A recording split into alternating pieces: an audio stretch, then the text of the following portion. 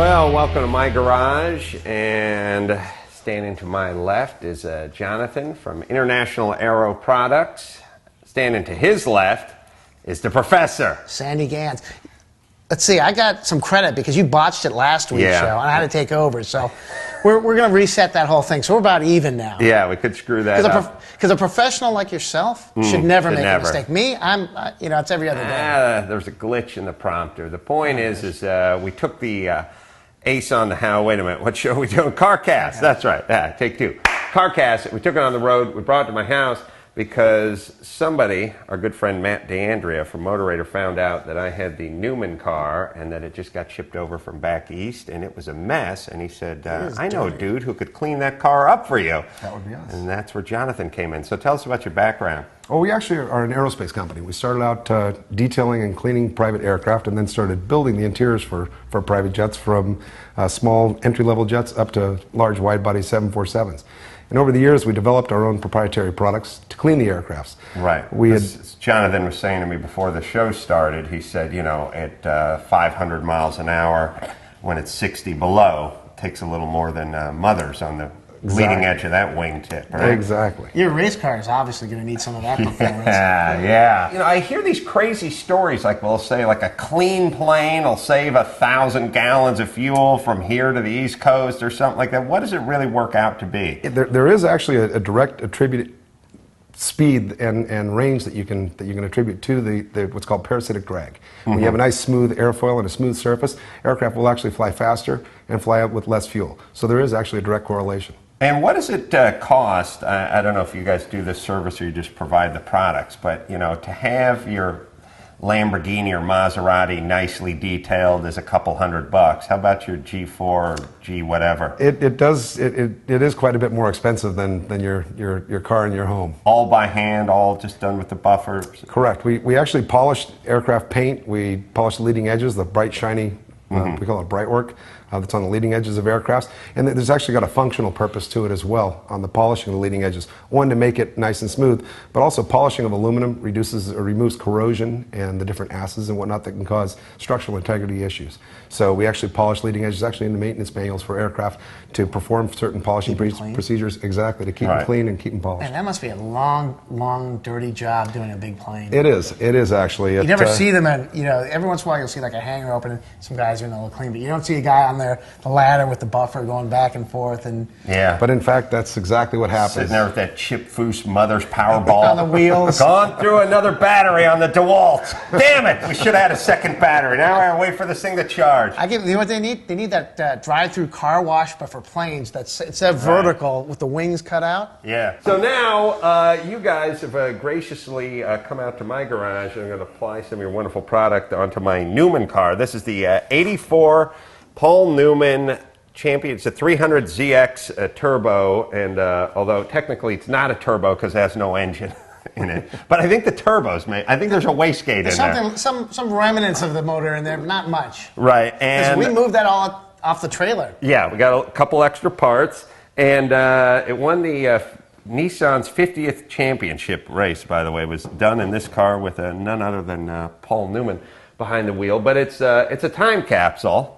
And we don't want to change too much about it, but it would be nice to get it to pop a little bit. We're going to make it pretty. You got products that'll work on the fiberglass. Correct. You got products. Now, what about, do you have anything for the plexi and the...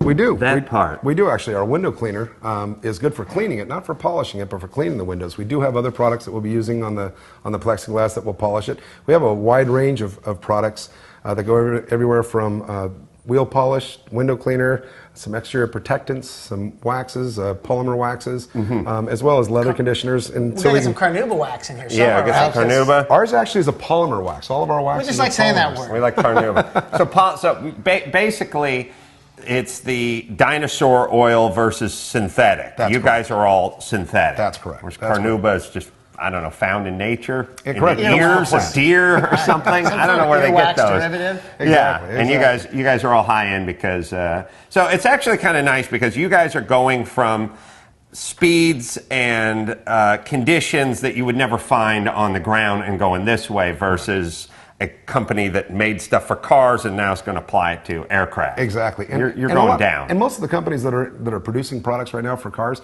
they started off just producing products just for people to clean their cars.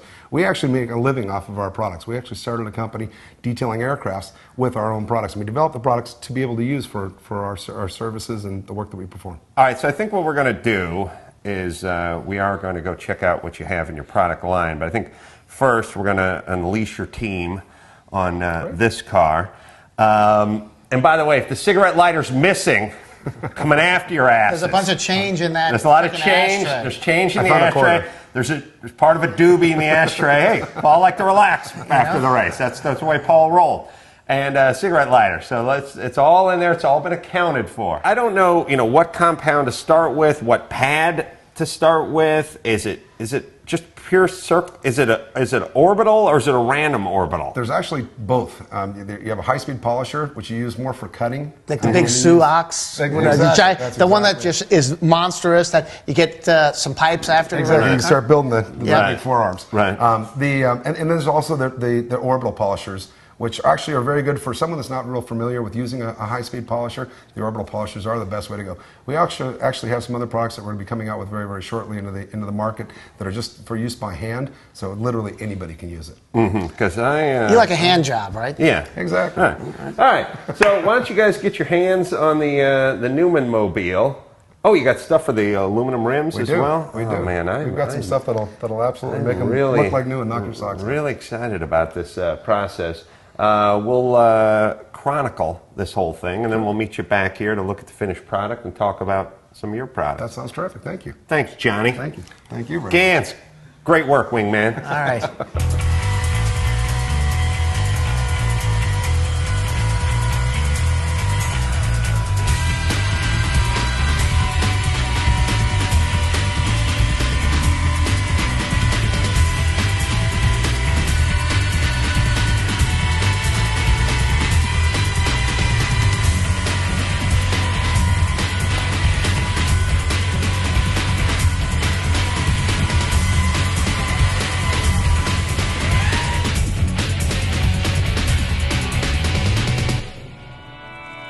We're tearing into this car and we're looking at these filthy BBS rims that have been uncared for 25 years. What's the process he's doing right now? Well, right now he's using our degreaser, or Away, which is a mild degreaser, non-caustic, non-corrosive. So what you're saying is my filthy, dirty hands are going to... I don't know where your hands have been per se, but... They've been everywhere. Smells good. Lemon Exactly. fresh. Absolutely. So first he's going to clean the wheels with our Away.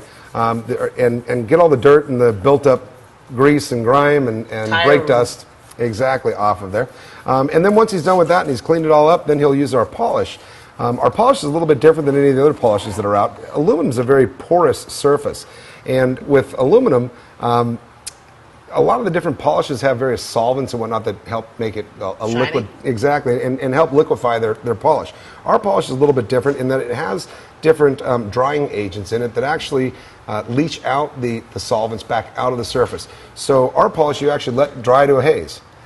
Exactly. And interesting. It's built with a certain kind of polish, a rouge that's in there that actually breaks itself down the more and more you use it. So when he starts the polishing... Let me get one of those rags off of him now. There you go. There you go. When he starts the polishing, it'll start out as a medium grit, but the more and more that he uses it, the finer and finer the grit will become.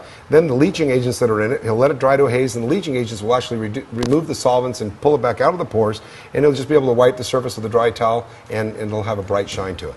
No rubbing, no buffing? Unfortunately, it still needs the elbow grease and the action to help break down the polish, the grit of the polish. Well, it's funny because just phase one of cleaning this stuff, it already looks better, but it's still dull and flat.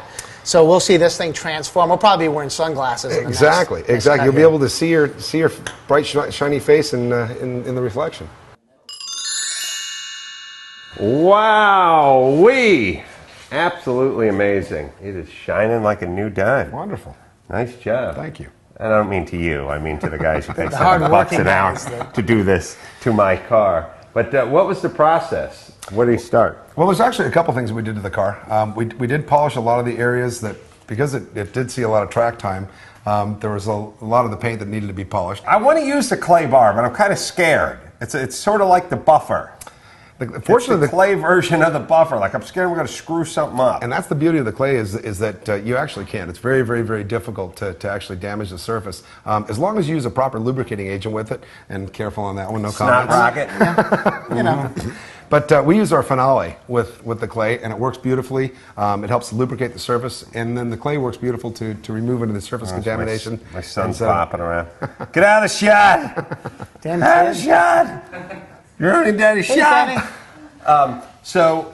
So the clay bar, and just in general, one would use the clay bar first to remove any of the contaminants, into the surface particulars, contaminants things that are on there? Exactly. It's called fallout. It's referred to commonly as fallout because there's a lot of dirt and debris and actually metallic bits that are in the air, and it falls in your car. You notice it particularly on white cars. You'll see those little red dots. How come the soap and other stuff doesn't remove that? Why do you have to go to some weird clay thing? Because it actually does bond to the surface. Sucks it up? It almost like rusts on the surface, if you will, and it leaves its residue on the surface. As far as the clay application goes, and for those who don't really know, it's sort of a bar of soap, and you essentially just wipe down the whole car with the clay bar. That's going to, and should you, if you have, because there's a lot of people, I think, want to kind of get to the next level of detailing other than just a California duster, and are sort of scared they're going to muss things up. You have the clay bar, and you rub down the hood of your car, and theoretically it has picked up some contaminants and some particulates. Should you then flip it over to do the backside, and then you turn it inside out, and you throw it away or you throw it in the washing machine? Like, when does a clay bar become doing more damage than good at a certain point? Yeah, it's a very good point. And once it actually does have a lot of dirt and dust that's embedded now within the clay, it becomes something that you want to throw away. But as you're working on the car, you want to massage the clay bar a little bit, fold it in and out, as you said, turn it to different areas, and that's going to help disperse it throughout the clay.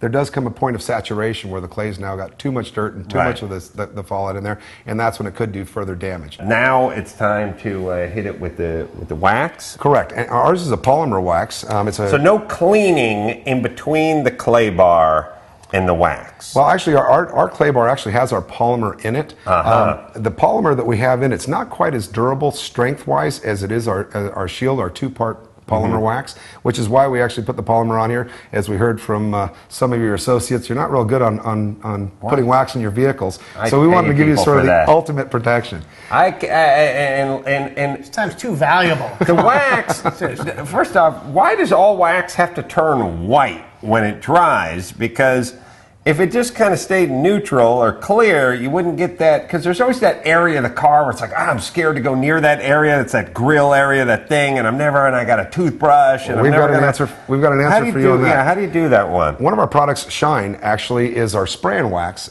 Each one of our products has, of our exterior cleaners, has a certain amount of our polymer in it. Our phenolic, which is our final wipe down, has a very, very small amount, so minimal protection. Our Shine has a moderate amount of our polymer in it, so you can actually wipe and wax spray and wax the vehicle, and you can wax a vehicle in literally 15 minutes. The benefit with that product is we formulated it specifically to dry clear. So if you do wipe it on areas that have your grills or have any moldings or any of the body lines that would normally leave it in there. How many times? Yeah, you get my car's got that fine mesh on the hood, and you hit it, and it's like toothbrush, and you can never get it out. Exactly, and a lot of times the toothbrush leaves little scratches and stuff in the paint as well. All right, so what is the worst in terms of on your car, like bird crap, tar, or sap?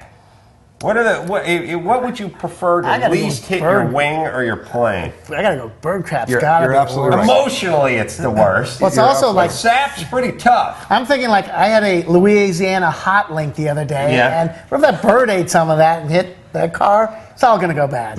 You're actually absolutely right. Bird dropping's the worst. Bird ate a Louisiana hot link. By the way, I'm just making that. Know? He would. Yeah, he would know. Yeah, like Sandy. I knew. Sandy's like a bird crap forensic scientist. He's like, he went with the Chicagoan style dog here with a little blueberry and just a hint of nutmeg in here. So bird crap. It's a sap. I don't know where the sap comes from, but the sap smells good. And it's sugary, though. It tastes delicious, but I can't get that crap off, and then the tar is another bitch. Well, our shine will actually remove the tar and the bird droppings as well as the sap. Bird droppings are actually the worst for the vehicle because bird droppings have the stomach acids from the bird in it. Ooh. So you want to actually get to those as quickly as possible because those will actually damage the surface of the paint. They'll actually erode into the paint. And anytime you hit any kind of an acid onto the paint that's corrosive, you're going to have problems. What is as far as the paint these days? Like, we did this thing where they had, I don't know, all kinds of lead and Agent Orange and anything that was bad for you was in the paint. Correct. The paint was great. Seemed to work awesome. It worked well. And then somewhere around, it was sort of like what they did with cars and smog and catalytic converters. They imposed all these rules.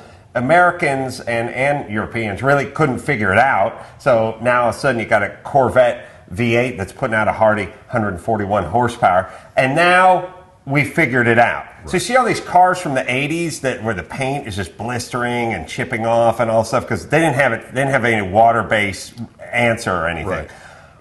Is a paint would a paint on a, let's say, new Lamborghini or new Ferrari right now be better than one from the 60s?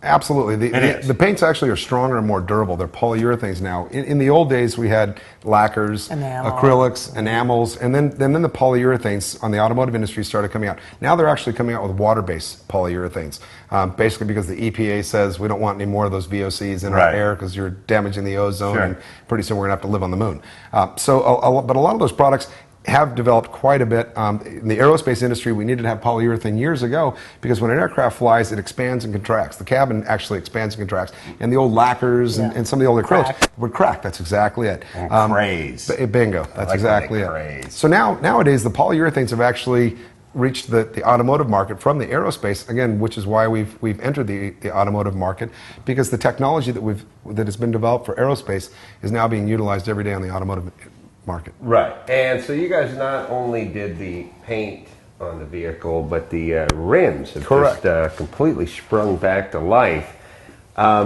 Did you take a buffer to those? No, that's all done by hand. All done by hand. Everything on the vehicle was done by hand. The polishing of the wheels, we developed the polish that's used on the leading edges of the aircraft. Sure. A lot of the aircraft leading edge is the front of the wing or the tail stabs. It's the leading edge. The shiny metal part. Yeah, the part that hits the air first. Exactly. That is impressive because these rims were pretty badly oxidized and hadn't seen this kind of shine since Newman climbed out of it at Lime Rock in '84.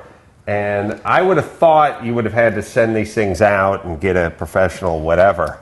Buffer, wheel, compound. Right. So you guys do aluminum, you do paint. What about other surfaces? I don't know, vinyl, rubber, leather, dashboards, things like that? We have products for all those surfaces. We have our interior cleaner, which is called Immaculate, and that's safe for use on any surface, on painted surface, plastic surface, leather surface, vinyls. Kids. Absolutely. McDonald Line Rash. Mess. Absolutely. You can get rid of the bar. back seat. Get rid of the McDonald Line Rash in the back seat. It's safe for all surfaces, and then we also have conditioners for those surfaces. We have Supple, which is our leather and vinyl conditioner. We actually developed that in sort of backwards, if you will. A lot of the different products that are on the market are developed for someone just to sell it. We actually had to develop a product that we could use in-house for taking care of the interiors of some of these executive jets that are up to 747s and quite expensive. So what we actually did in the development was take what a live piece of cow skin, what the elements were that were in it. So we found out what collagens, what vitamins, what minerals. Wait a minute, Dr. Mengele, what are you talking about here? Mad scientist sitting in the lab. Where's this cow? I'm going to liberate it. My wife's into PETA, He's got that particular cow's got missing a little spot on his skin right now. And you tested your rubber surface cleaner out on its eyeballs? You madman. So, because we always hear this stuff like you just, Armor All, and they go, oh, no, don't use it, that's bad, it's bad. And I go, it looks shiny. No, it's worse. It'll crack here. I never, it's weird, I never could really get to the bottom of that. A lot of those products have silicones or formaldehyde actually in it, and what it does is it actually seals the surface. So when it gets hot, it actually, if you can think about like trying to sit in the car with your windows rolled up, you'd suffocate. Well, the same thing happens with a lot of these products that they put on leathers and vinyls that have various sealers in there, like silicone base. And what ends up happening is it dries out the surface. It actually leaches the moistures out of the surface. Our product actually goes in and penetrates. Another benefit of our product is that it doesn't leave an oily residue on any of the surfaces. You guys essentially create products for $40-50 million aircraft, and then you're essentially slumming it now, working with $30,000, $40,000 cars. But again, you started, we went to the Paris Air Show. Unbelievable, by the way. What a interiors and those what jets. A collection of rich guys. We got kicked out by the Sheik. We got kicked out by the Sheik, yeah. We're like sitting in some G something. I mean, I was sitting in there, and they had cleared out, poor guy. Sheik's coming in. Party's over. We got a guy with a checkbook is coming in here. Yeah, he's got to fly some of his wives. How many wives does this plane hold? So that's how they sell it over there. It's not passengers. This is an 8-wiver. That's a 12-wiver. You go to the wide-body harem, if you like. Yep. Yeah. Step it up. But we were up there, and then the thing that's crazy about the Paris Air Show is 1 minute you're looking at private transportation, next minute you're looking at the world's anti-tank and the world's largest plane that has no business flying. Oh yeah, in a stall. The Airbus. In a stall. The guy at the Airbus thought he was like, the one that holds the 650 people or 787. What is an Airbus? A380. Yeah, huge. That guy's out crop dusting. And when it's in the air, it's moving so slowly, and you're just standing under it yelling like, run, clear out, it's coming up. And this guy's like, ah. Yeah, he's just pulling it up into a slow stall. You're just going. He's doing the Cobra with it. It's an insane thing, and then you go in and you go, you got a problem with tanks in your neighborhood, or is it artillery? Because this baby, that's a tank buster. We had some strafing MiGs through the... Yeah, crazy guy, a crazy Russian guy in a MiG. It really is like a lawless group of international rich degenerates. As a matter of fact, I just thought this idea. If you just took everyone who showed up at the Paris Air Show and just waxed them all, not with your product. I mean, took them out. I mean, paid the guy in the Russian MiG to do some, just flick the arm daisy cutter, boom. I'm good. There'd be no war for 5 years. Yeah. There'd be nothing. You didn't hear about anything out of the Middle East. It would all just come to a stop because there's an international group of rich desperados who keep this entire all the ethnic cleansing, all the stuff. They have a whole ethnic cleansing tents over there. You go over there if you're a banana dictator. Welcome, banana dictators. Come on now. Come on down. So, yeah, we're down there and tossed out of a 45 million. Something. Here's my thing, though. I don't mind the 45 million for the plane. I don't like the 3-year wait. I got 45 million to burn a hole in my pocket. Let me get a hold of one of those G5s. No. We got to fly the gutted version from Israel over to you. You got to put the interior in. I got to get in there and go, man, teak or walnut? Yeah. Damn. Cherry wood. Corinthian leather or corduroy. Yeah. Yeah, I was going to say Alcantara, but good enough. The point is you guys are slumming it working on cars, but that's a good thing. Well, if you think about it, most people, the second most expensive asset that most people will buy or own is going to be their automobile. I thought you were saying wife's diamond ring, something like that. Mm-hmm. Exactly. First the girlfall, then the Emperor's automobile. Club, yeah. then right to the car. Yeah, no, this is, but actually for me. For Jay is really coming down. For my assistant Jay, but combined my cars are worth more than me. My biggest fear is that I die and my wife sells everything for like that. Haul that shit out of here. I got a Datsun with no engine. I'll take $60. Does that sound fair? Just haul it out of here. Yeah, get it out. Some guy named Raoul Newman. I don't know. I can't read the writing. Anyway, let's get it out. Is this stuff? I could see it being 3 times as much as your average, mothers and all that kind of crap. But is it? Are we into Zymol? What is that? What is Zymol. That? Do I have to order it in the back of my DuPont Registry magazine? Because that's the real question. No, actually, we do have several locations that are now stocking at Speedway Motors, for instance. They're a big America's oldest speed shop. Exactly. And they I read that on the catalog. Yeah. We've actually got several different Napa stores around and some other chains that are now stocking our product. If you just search online, you'll find many different locations where you can buy it. Toss out a website, by the way. We're www.internationalaero.com or internationalaeroproducts.com. On our internationalaero.com, you can actually, there's links to all of our different organizations, and that's the Aero is AERO. Aero. Well, this has been fun and informative. That's right, for a change. How about that? Yeah. We provide value here. Thank you.